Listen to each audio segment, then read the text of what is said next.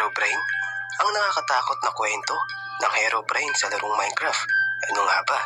Ito ba ay may katotohanan? At sino nga ba si Herobrine? Ito ba ay totoo? O isa lamang itong mythical creatures? O isang virus? Handa ka na bang makinig?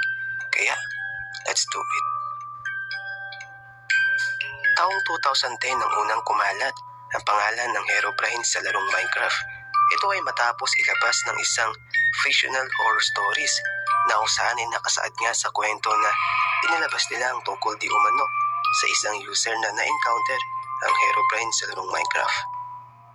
Pero, paano nga ba nagsimula ang katakot-takot na experience ng user na ito?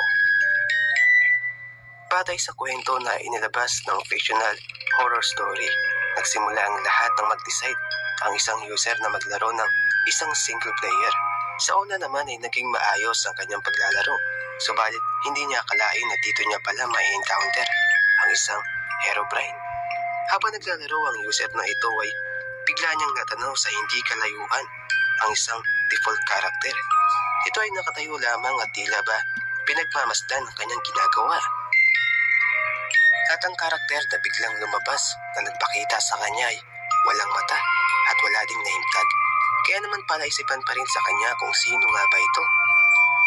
Dahil sa pangyayaring ito ay nag-decide ang user na isave ang kanyang laro. Makalipas ang ilang sandali ay nag-decide ang user na gumawa din ng isang forum na kung saan ay dito nga niya ipinahagi ang kanyang mga laro.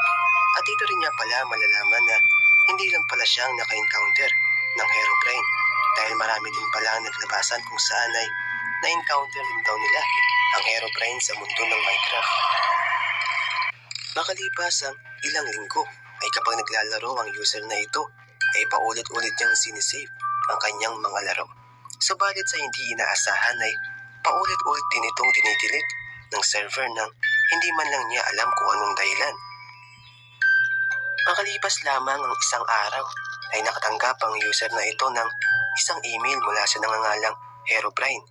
Pero ang nagbibigay takot at kilabot sa user na ito ay dahil sa paulit-ulit siyang pinapadalhan ng isang mensahe lamang at yun ay ang salitang stop. Siguro marami sa atin ay napapaisip bigla. Dahil sa naguguluhan na ang user na ito ay naisipan niyang i-research ang pangalang Herobrine at kung sino nga ba ito sa mundo ng Minecraft. At dito ay lumabas sa kanyang research ang 404 o dead link na ang ibig sabihin lamang ay di ito nag-exist sa mundo ng Minecraft.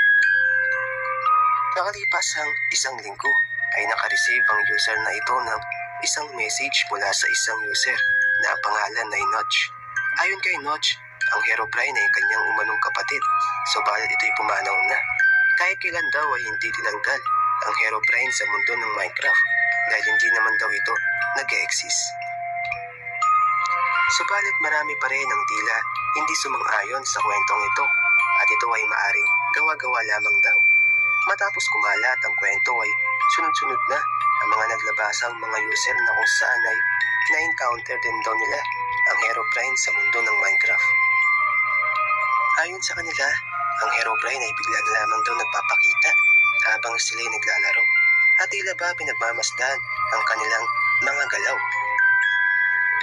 Dahil dito ay marami nang natakot na maglaro ng Minecraft lalo na kapag gabi. Pero may iilan pa din ang hindi pa rin consider. Pero mas tumibay ang ebidensya na totoo nga ang Herobrine nang maglabas ang isang sikat na live streamer na Copland na kung saan nga ay kamailang beses na nagpakita sa kanya ang Herobrine habang naglalaro. Kaya magmula noon ay marami-rami na ang naniniwala at natatakot na maglaro ng Minecraft. Pero may iilan pa din ang nagsasabi na ito'y peke lamang at ginawa lamang nila ito para sumikat. Makalipas ang ilang mga araw ay naglabas ng update ang Mojang na kung saan na isa lamang daw virus ang Herobrine at hindi na raw ito muli pang makikita kapag naglalaro ka ng Minecraft. Subalit, sa paglipas ng mga taon ay patuloy pa rin ang paglabas ng mga user na kung saan ay nai-encounter pa rin daw nila ang Herobrine sa mundo ng Minecraft. Dahil dito ay naglabas ng statement si Notch na sinasabing wala daw itong kapatid katulad ng sinasabi sa kumakalat na kwento. Batay naman sa isa sa mga empleyado ng Mojang ay di kumang kanyang bibig dahil maaring nanonood lamang daw ang Herobrine sa kanya.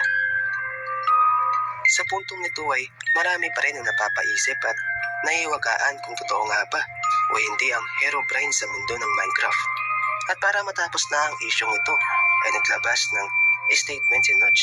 At ayon sa kanya ay nag-e-exist daw talaga ang Herobrine sa mundo ng Minecraft. At ang tanging paraan lamang daw para matalo ito ay huwag itong papansinin.